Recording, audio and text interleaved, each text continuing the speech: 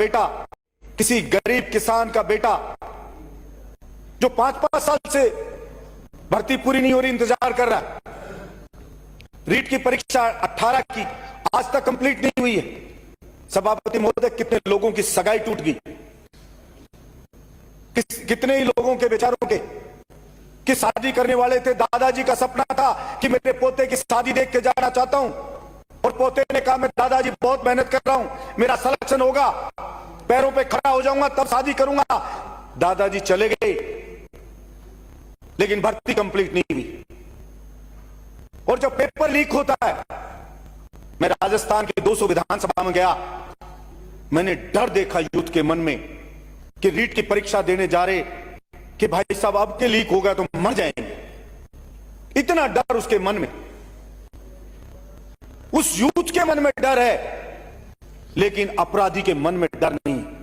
मैंने इसी विधानसभा में कहा था, जब मैं सूर्य उदय से सूर्यास्त तक इसके विरोध में दौड़ा था, कि मेरे घर पे आके एक अभ्यर्थी ने कहा कि राम कृपाल ने उसको कहा परीक्षा होने के बाद कि मुझे 12 लाख दे तो मैं ओमार सीट बदल दूंगा।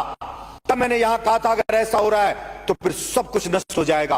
और यह प्रमाणित करता है कि जो गोपाल अरेस्ट हुआ है कि ओमार सीट बदली जा रही है। इसलिए हमें जानना पड़ेगा उस गहराई में कि कहां लीकेज है।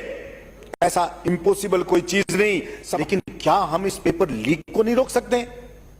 सभापति महोदय, बिल लाने की जरूरत थी, युवाओं के भविष्य को बचाना था तो कि जो ये बड़े बड़े कोचिंग सेंटर है लूट मचा के रखी है इन्होंने, इनके ऊपर नकेल कसनी चाहिए थी सरकार को, इनके फीस निश्चित करनी चाहिए थी सरकार को। लेकिन अफसोस की बात, ऐसे बिल नहीं आते। प्राइवेट स्कूल जो छोटे तो वेलफेयर के लिए होते हैं सभापति महोदय, एजुकेशन उद्योग नहीं है, ये वेलफेयर के लिए होता है। लेकिन बड़े बड़े school, private school 2-2 lakh 2.5 lakh fees ले रहे, कमर तोड़ के रख दी। किसी के घर में 2-3 बच्चे हैं और जो ईमानदार व्यक्ति है, जो मेहनत की खाता है, तो बच्चों को पढ़ा नहीं सकता उस इंग्लिश स्कूल में, प्राइवेट स्कूल में।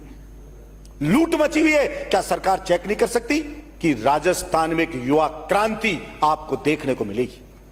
सभापति महोदय, मैं 200 विधानसभा में गया, निर्दलीय विधायक हूं, मेरी कोई औकात नहीं, मेरी कोई हैसियत नहीं, मेरी कोई पार्टी नहीं, मेरा कोई नेटवर्क नहीं, लेकिन इन मुद्दों को लेकर मैं जवानों को गया तो सभापति महोदय 169 विधानसभा तो ऐसी थी जहां जीवन में पहली बार गया, पार्टियों के बड़े बड़े नेताओं के भीड़ नहीं आती है, ऐसा जन सैलाब उमड़ करके आया था कि बलजीत यादव के मुद्दों का समर्थन कर रहे हैं। वो बलजीत यादव के लिए नहीं आए थे, वो अपने मुद्दों के लिए आए थे कि कोई हमारे मुद्दों की बात कर रहा है, इसलिए हम समर्थन दिखाते हैं कि सरकार हमारी तरफ देखे।